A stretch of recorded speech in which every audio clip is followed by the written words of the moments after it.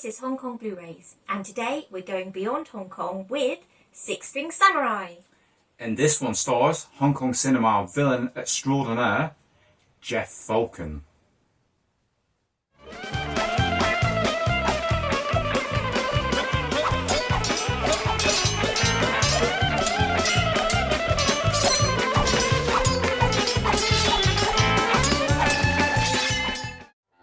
Welcome to HKB. I'm Shaz. And I'm Leon. So, you said we needed to have this Six String Samurai. Why? Well, we enjoyed New York Ninja so much, and when I saw this little beauty with this awesome cover by the Dude Designs, same artwork as New York Ninja box cover, I thought that is a thing of beauty. It's cool. And then when I saw that it had Jeff Falcon in it, I remember back to my youth, and every time I watched a Hong Kong movie that he turned up in, absolutely hated him. It's like, it's him! Kick his ass! Now, that might seem bad, but it's also good, because he elicited the right response from me as a villain. Yeah, that's what they'd want. Yeah, That's exactly what they wanted. So, you know, I have a lot of respect for him because he always came across as quite a difficult opponent, you know. And when I heard about this film and I looked it up on Vinegar Syndrome website and thought, well, this is his moment, really. This is his big star in film. And I thought, yeah, let's see what it's all about, you know. I've got a lot of respect for the guy, and having watched this, I've, you know, got a bit more respect for him, I think. It is definitely an oddity, and it's sort of a post-apocalyptic film.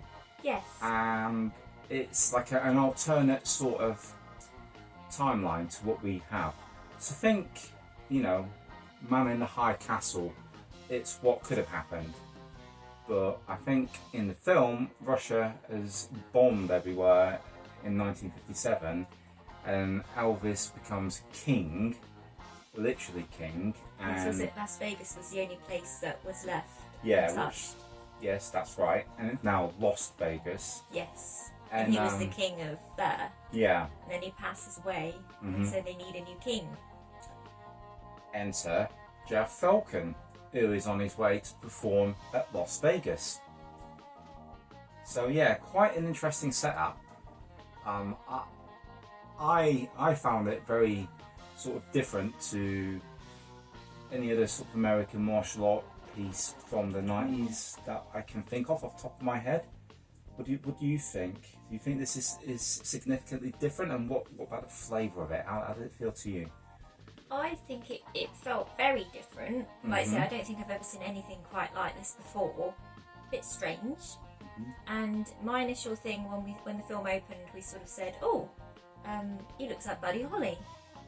And the character was called Buddy. Yeah. And then it sort of felt as much as a sort of, you know, goody versus evil or bad. It also felt a bit like rock and roll versus heavy metal. There was a bit about that towards the end, wasn't there?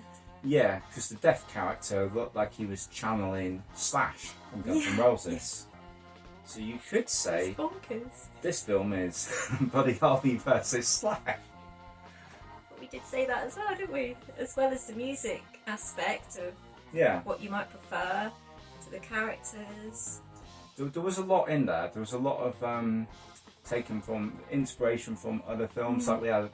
And they weren't shy about, you know, putting it on the screen. We had a bit of Wizard of Oz in there. Yes. Yeah.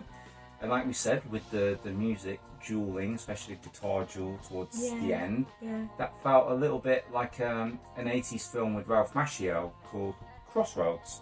I don't know if any of you ever seen that one out there, but that's a really good film. And it had a tiny bit of that in there. We had a little bit of Mad Max flavour to it. Yeah, so it was a right concoction, a right stew of different inspirations. And I don't know whether that sounds appealing or not.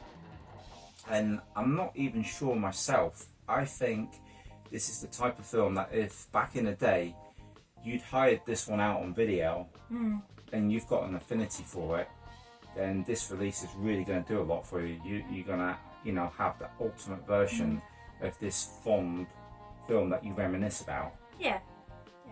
Coming into it new, having never seen it before, that might be a bit of a different story. But I think we were like that because you hadn't seen it before, had you? Obviously, neither had I. But I mean, I think we still got a lot out of it, and we could appreciate the art of it. You know, and all the different aspects. Because like all the music all the way through it was really good. I think you said it felt a bit like Pulp Fiction sort of soundtrack. Yes, it did. It definitely had that sort of vibe to it. And this was '98, so you know, it's a few years after Pulp Fiction, but it definitely had that sort of tone of music in it, which I did quite like. I think you could also appreciate the photography because there were some really stunning scenes, weren't there? I remember there was a couple where the water, you know, like a pond or what have you, was used as a really nice sort of setting for the reflection, and it was really beautiful. Yeah, it was. Even one of the opening fight sequences in this field. Oh, like pampas grass. And Yeah, when he's like swinging his sword about and it's cutting bits down and it's floating and it's got a sort of dreamlike quality to it. Yeah. And there was also another bit where Jeff is doing some forms against like a kind of a really strong orange sunset. Yes, that was really nice. That looked fantastic, didn't it? Yes, it did, yeah. Really striking. So we have some great imagery in this film. It has great looks, some great photography. What about Jeff himself?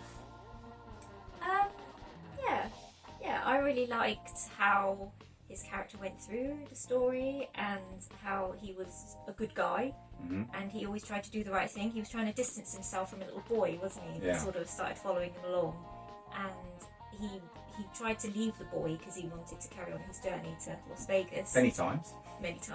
But then he could tell that the boy was in trouble, and so he always went back to try and protect him. So I liked that, and I liked his sword play. I think you said as well, Jeff was sort of using the sword with one hand, which I think you said was more sort of a Chinese influence. Yeah, how to handle the sword. I think the sword play, it seemed very much Chinese sword play, mostly. There are some bits where it is a bit more samurai, where he's got both hands on the blade, or that kind of style plays out a little bit more. But I did like the mix, you know, it wasn't one thing or the other, it was like a blend of both. Yeah. So, and there was some good, I mean, his martial arts is solid. Some of his kicks and his jump kicks, his spinning kicks, really on point. You know, I felt like Jeff may have had a lot more to offer. To be a little bit critical, the acting side of it, I felt like they should have pushed him a lot more. Yeah. I don't think he was incapable, but I think the film would have been a lot stronger if they'd made efforts to show a bigger bond between him and the boy.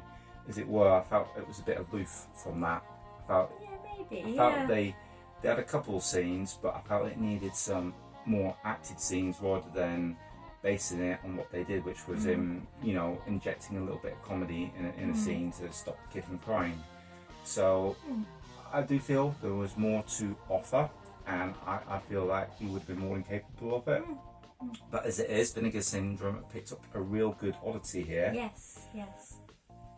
I can't score this like I normally score, you know, a film, because I did enjoy it. I'm not sure everybody's going to enjoy this. I think that's fair to say. Yeah, so for me, I'm going to give this one a 5 out of 10, and that sounds harsh because I would have sounded less enthusiastic about films I might have scored 6 or 7. But that's because I might have expected more from them. This for me might grow with time as it becomes more treasured memory. I think it would, yeah. What about yourself? Well, I'm scoring this one 6 out of 10. Like you, I did find it a little odd. I did enjoy it though, and I really liked the music all the way through. Got my foot tapping. Yeah, that's good. And this is a lovely package, this box set. The designs also have some imagery on the inside, and we have a nice slipcover too. It's really nice, isn't it? Yeah, and there's a different cover on the Blu-ray itself, isn't there? I say Blu-ray, we have a 4K of this and the Blu-ray. And on the 4K you have just the film and the commentary. There's 2 commentaries, one by the director and I think the cinematographer. And then we also have this nice book with an image of Jeff with the said boy with him. And yeah, there was a lot of sound in this, so you said that reminded you of Tatooine. Yeah. So we have that too. Yes. And Jeff looking very Buddy Holly, which I really like that actually, that it was so like you could tell he was sort of modelled on Buddy Holly. with the whole rock and roll sort of thing. And we know that because it's kind of mentioned in the extras with the director, isn't it? Yes. So there are some nice extras on this. Like I say, you've got 2 commentaries, an interview with the director. There's a few other bits and pieces, isn't there? Yeah, I think there was like a photo gallery, wasn't there? Yeah, quite an extensive photo gallery.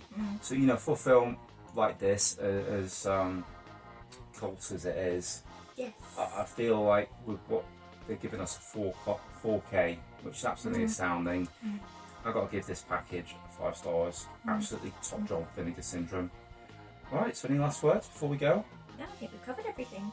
Well, that's all for this time, folks. We hope you enjoyed it. It's great to have you with us. We look forward to seeing you next time. And remember, folks, be true and buy the blue.